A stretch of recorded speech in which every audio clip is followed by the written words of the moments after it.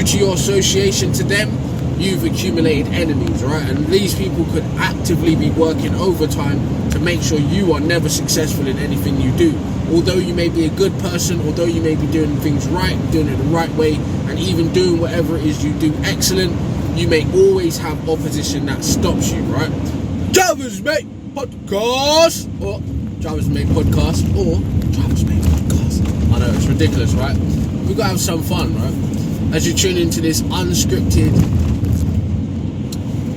initially a reality show, right? You get to see my real life, and while I'm at work, I entertain you with my own BS opinions and reactions and ideas on how the world works, right? And just sometimes I just tell you jokes and stories and real serious things that might help you in your life. But anyway, who cares about what I think, right? You're here for a laugh, you're here to be entertained. Check out my main channel at CNCCMI, and of course you can reach me on all the socials.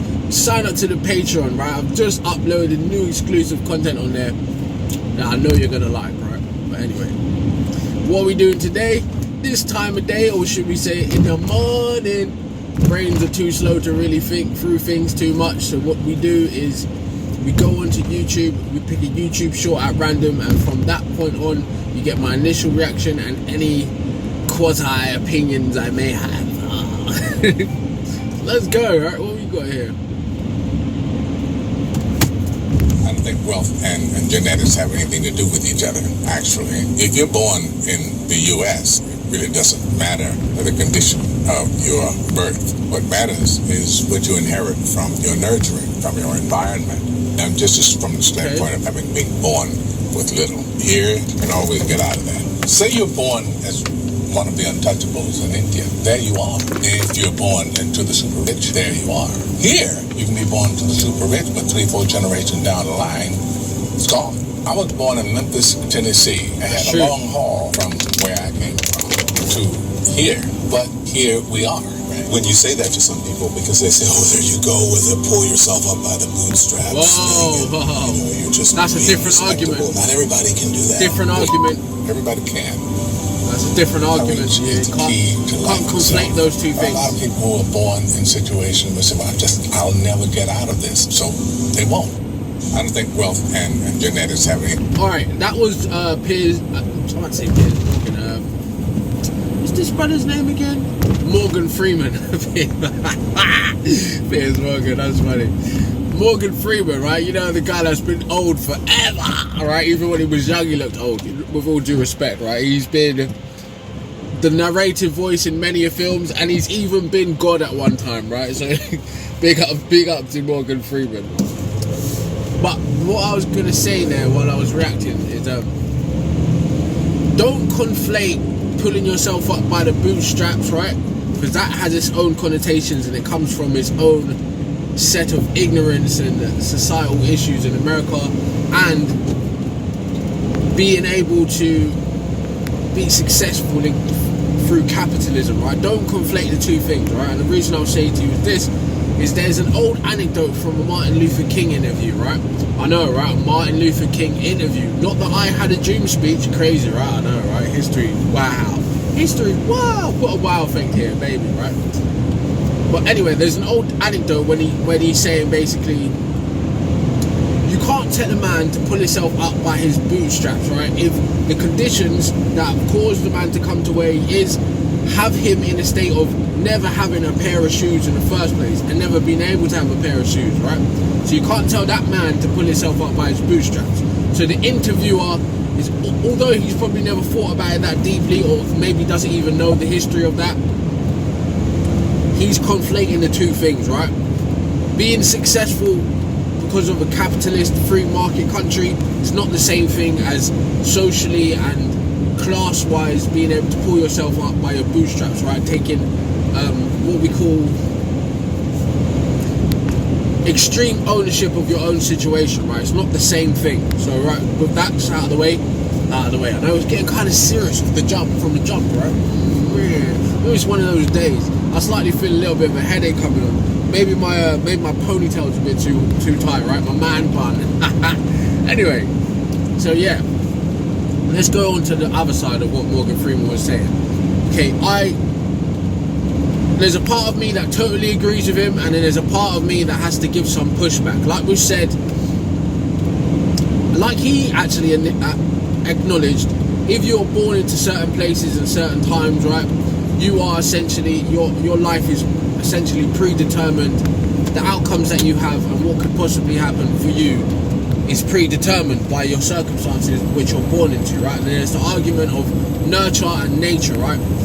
How things are when you get here, how the world actually works, and then how you're nurtured into society, how you've been taught, you've learned, and you've grown, right? What you've been shown and indoctrinated with as a child is how you react and respond and look at the world. But of course, at some point in time, you must take responsibility and start to learn and unlearn things for yourself, right? That's a given for most aware people or self-aware people, right? So that's a given. So yes, there are some instances, and you've got to understand, Morgan Freeman is talking from a privileged point of view of someone that has succeeded in fame and art form and money and, you know, all of these things, right? He's an anecdotal story. He's a 1% of a 99%. Remember that, right? For every one Morgan Freeman, there's 99 Morgan Freemans that never got any kind of success, right? And history will never remember or recall their names and faces. So remember that. When these people say these things, take it with a grain of salt. But the overall message is a positive message, right? And it's about changing and training your mindset into knowing that you can achieve and do things no matter what circumstances you're in, right? Because ultimately, life doesn't happen to you, it happens for you, right? And your decisions and your responses to life's stimulus determine how it's going to play out for you, right? Although you may be in a bad situation, your mind frame, your perspective, the choices you make in a bad situation determine whether it can be turned into a good situation and you can benefit from it, right? So it always does come down to you as an individual. But at the same time, some things can happen to you in life that prevent you or put a blockade in front of you from achieving a certain level of success, be it financial, spiritually, mentally, physically, right? All kinds of barriers to success exist, right? Entry points that you must discover and uncover through your own journey, if you ever are able to get past the survival mode into the living mode, okay?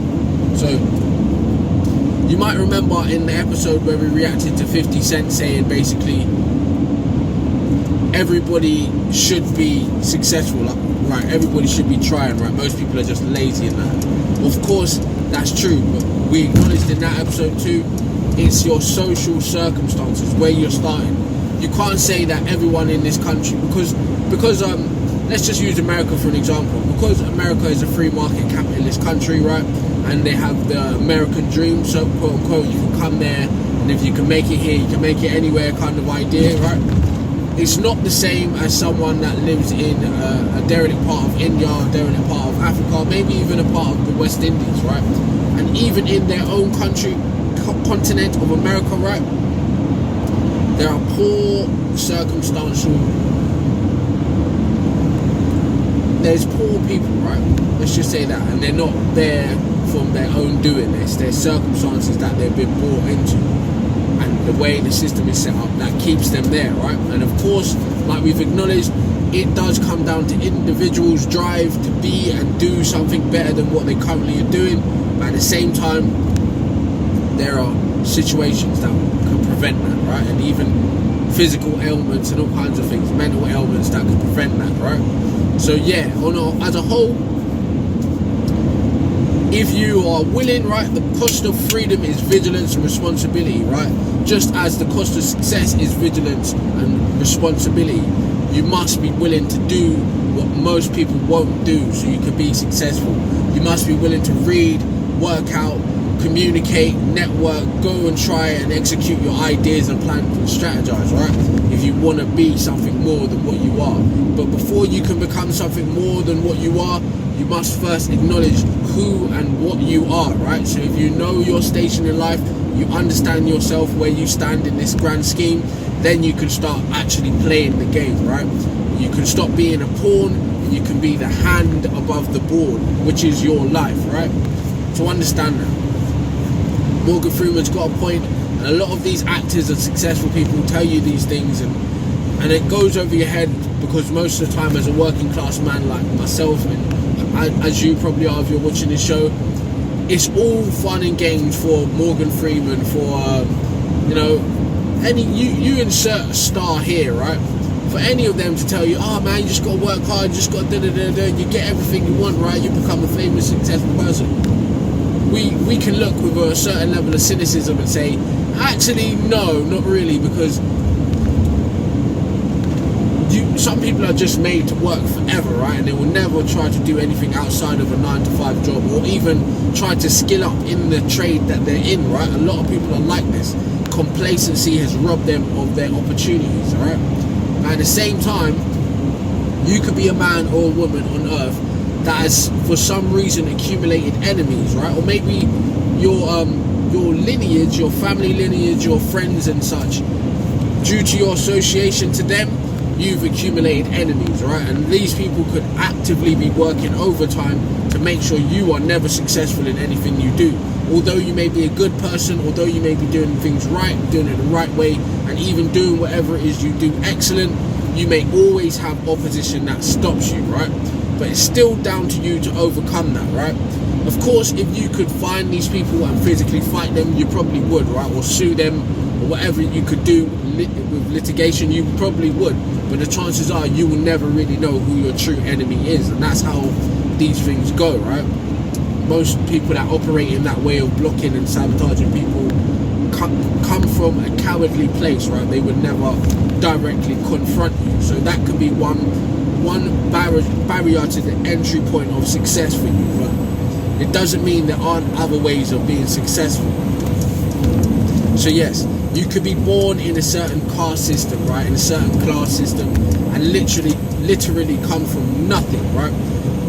Be orphaned, have no parents, have no wealth, have no guardian, grow up on the streets, right? Grow up with the wolves, literally, right? Be a bloody Mowgli, a Tarzan, right?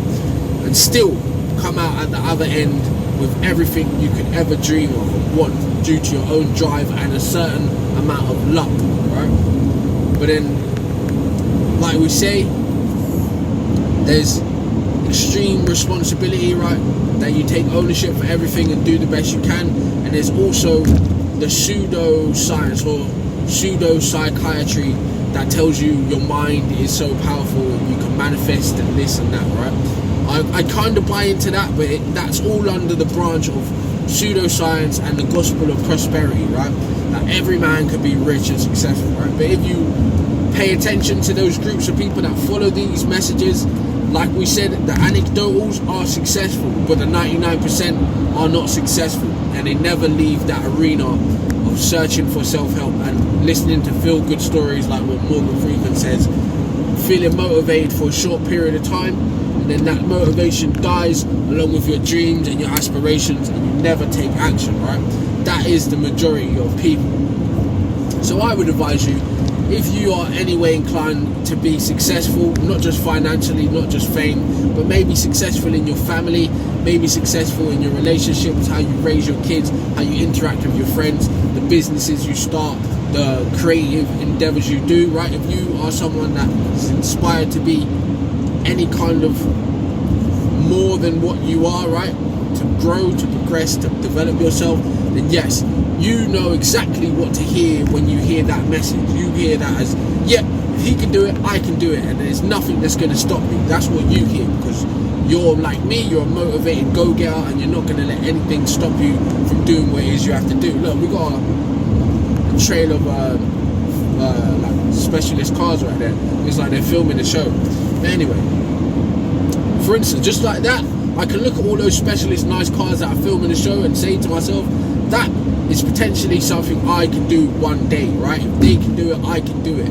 Now, I wouldn't look at that as a point of jealousy or a contention. That's a point of motivation, right? And a way to look at something, visualize it, reverse engineer it. How would I get to that specialist car, and how would I get to taking driver's mate on the road like Top Gear? Okay, that's how you think when you're a positive-minded person that sees the good and the potential in what you do, right, and is not hindered by your circumstances. That's how you approach situations. But that's my 2 cents on that. Big up Morgan Freeman, right? And I love him as an actor, as an orator, right? He's a great speaker. He enunciates very well. He narrates very well. He tells stories very well, and he picks great movie parts, right? From Seven to Wanted, all kinds of great things, right? That man has done and acted in, right? So big up Morgan Freeman. And did you know Morgan Freeman was on Soul Train at some point, right? Yeah, right? Crazy, right? I think he started in radio or something like that, doing the kind of thing that I'm doing, right? You never know, I might have a few acting jobs in here, you know. The average British person does walk around acting their whole life anyway, pretending that we care about things we don't bloody care, being polite to people we don't like, right? That's the average English person. If you were wondering from another country why people are like this here, because of political correctness and the veneer of nice, polite society, which is nonsense, right? Did you see my voice? Did you see how my voice code switches? There you go. That's a perfect example for you. So, Drivers Mate Podcast, or Drivers Mate Podcast, the best kept secret, because you know why? We're real people doing real things, and it's basically a reality show of a man on the road in a van telling you shit that you probably wouldn't hear elsewhere, right? So if you like, subscribe and share, you help YouTube push channels like mine, you help to keep freedom of speech free, and you help things like the truth, not Russell Brand the truth, right? But the truth from a normal person permeate the internet, right? And big up yourself, like I always say anyway. You can reach me on Patreon now and sign up for seasons that haven't come out. I think it's about $3 if you're in America and about £1 something if you're English, right? Maybe £2. I don't know, right? The conversion is strange. But yeah, check that out, right? And I've got merch now, yeah? Yeah, there's a nice little umbrella coming along, but still. At CNC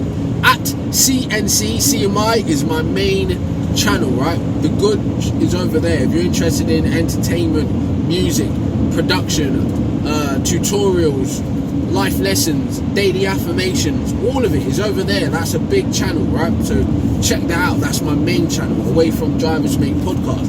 Don't forget, check out the other videos in the playlist on the Drivers Mate Podcast. This is not the best episode. You know why I can say that? Because I'm living it, right? I'm living it. I've recorded better episodes, in my opinion, right? And I know the next episode I record is going to be better than this one, and maybe even better than all of the other ones, right? So stay up to date. Go on Patreon and get it real time instead of waiting for the YouTube schedule like your TV programming, right? Who wants to wait? If you really like a show, you get on demand, don't you, right?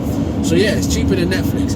Why am I shilling anyway? Who gives a fuck, right? Drivers Mate Podcast, and we're out. You hear how my voice broke there?